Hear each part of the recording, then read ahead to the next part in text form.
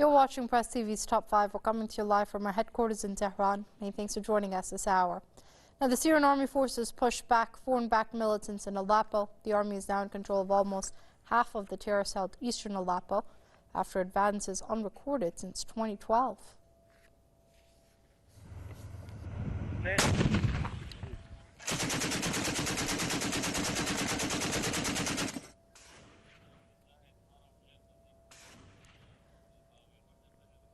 Well, government forces have almost cut in 2 areas held by militants in eastern Aleppo.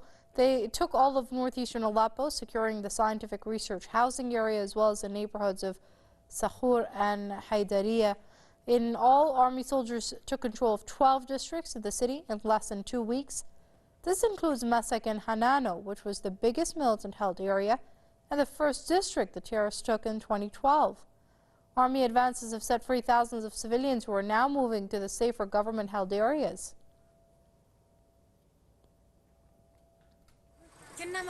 We were suffering. They didn't allow us to leave when we wanted to leave. They said that we were Assad supporters. Thank God we're safe. When we were on the road, they fired at us. And when we arrived here, we were safe. We thank Syrian army and our president, Bashar al-Assad.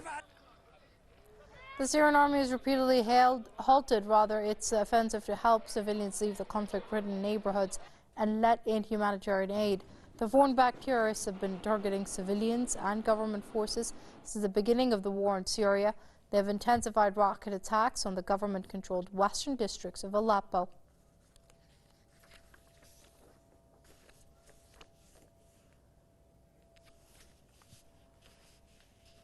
Joining us to discuss this further via Skype from Bristol is Tony Gosling. He's an investigative journalist. Many thanks for joining us here on Press TV, Mr. Gosling. Now, on the one hand, we're seeing these gains being made by the Syrian army forces in Aleppo. On the other hand, what we're seeing is concerted pressure coming from the West to bring about a ceasefire, and also now these fresh allegations against the Syrian government of using chemical weapons against the civilian population in Syria. How do you interpret this? Well, it's not the first time we've seen allegations of chemical weapons, is it? The Ghouta attack 2 years ago, it proved to be something which was connected quite possibly with Libya, and certainly with the so-called rebels, the terrorists, being supplied via Libya and quite potentially via the US Embassy in Benghazi.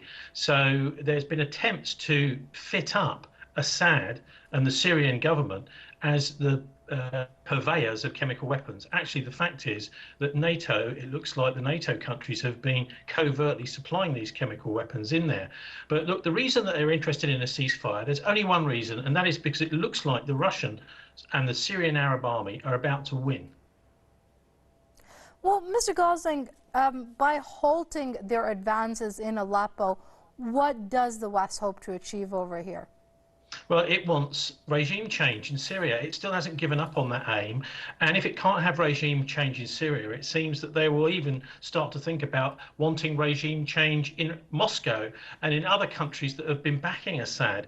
Look, at the end of the day, the West, certainly the NATO countries, mainly Britain and the United States, want to see a balkanized Middle East. They don't want to see Assad in power, and they don't want to see anybody in power who is unswervingly allied, isn't unswervingly allied to the United States. So as soon as someone starts to question the US, starts to say, well, we don't want to do what the Americans want, we're not going to do deals over oil, for example, because that's the main concern, as well as, of course, the geostrategic concerns, then they come under attack by the US and their proxies. In this case, we've had a particularly pernicious campaign where effectively kind of lies have been told about what is in the Quran and what people should do to follow Allah, and taken the religious aspect and twisted it and got a lot of people convinced, just as many Christians were back hundreds of years ago in the Crusades, and in order to get this battle going and use these forces,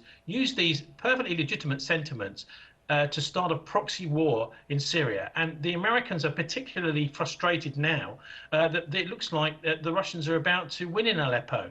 there's been also a massive use of human shields, as we now know, exactly as has been happening in Mosul by the terrorists, and yet it's only those human shields and the use of them in Mosul that's been reported here in the Western press. So there's a fantastic amount of propaganda been going on, and hardly any real criticism of NATO and British and US policy in the Middle East. We're in quite a frightening time, I think, where such enormous great questions are simply not being asked in the Western press.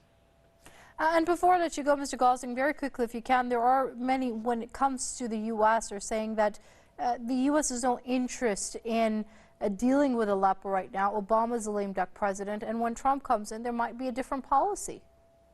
Well, let's hope so. That's always possible.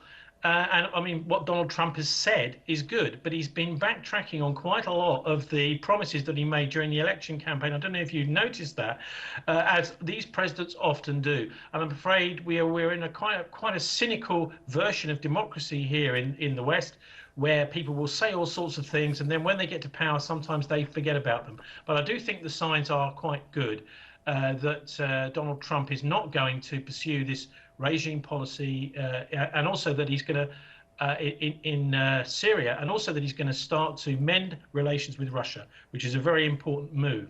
I don't think he wants to see lots of US taxpayers' dollars being spent on an unwinnable war. All right, let's wait and see how this pans out. That's investigative journalist Tony Gosling joining us via Skype from Bristol. Mr. Gosling, it's always great having you with us here on Press TV.